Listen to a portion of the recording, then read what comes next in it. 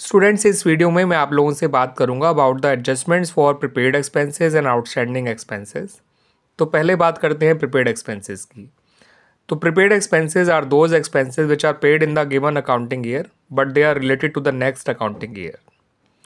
यानी वो एक्सपेंसेस है जिनको वो पे तो इस साल किया गया है मगर वो हैं वो अगले साल के। ठीक है स्टूडेंट्स, तो ऐसे एक्सपेंसेस को उनके रिलेटेड एक्सपेंस में से या तो ट्रेडिंग अकाउंट में या फिर प्रॉफिट एंड लॉस अकाउंट में, ठीक है स्टूडेंट्स, माइनस कर देना होता है।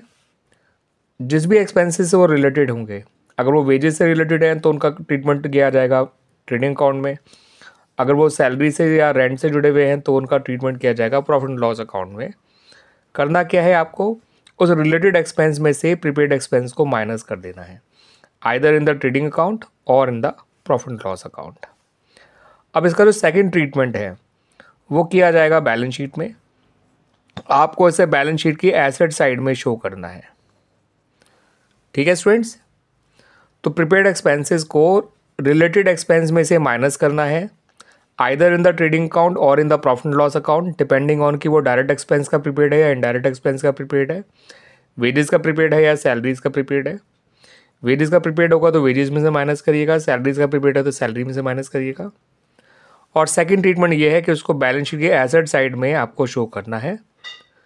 अगर आपको प्रीपेड एक्सपेंस ट्रायल बैलेंस में ही दे रखे हैं पहले से, ठीक है स्टूडेंट्स, अगर आपको प्रीपेड एक्सपेंस पहले से ही दे रखे हैं इन द ट्रायल बैलेंस तो वो केवल और केवल एसेट साइड में ही आएंगे उस केस में। अब बात कर लेते हैं आउटस्टैंडिंग एक्सपेंसेस की। तो आउटस्टैंडिंग एक्सपेंसेस वो एक्सपेंस होते हैं जो इनकर्ड तो गिवन अकाउंटिंग ईयर में होते हैं बट अभी तक उनका पेमेंट नहीं किया गया है, यानी इनके बदले में सर्विसेज तो दी जा चुकी हैं बट इनका पेमेंट अभी तक नहीं करा गया है। तो इनका ट्रीटमेंट भी या तो ट्रेडिंग अकाउंट में किया जाएगा या फिर प्रॉफिट एंड लॉस अकाउंट में किया जाएगा। जो भी रिलेटेड एक्सपेंस होगा उसमें इसको ऐड कर दिया जाएगा।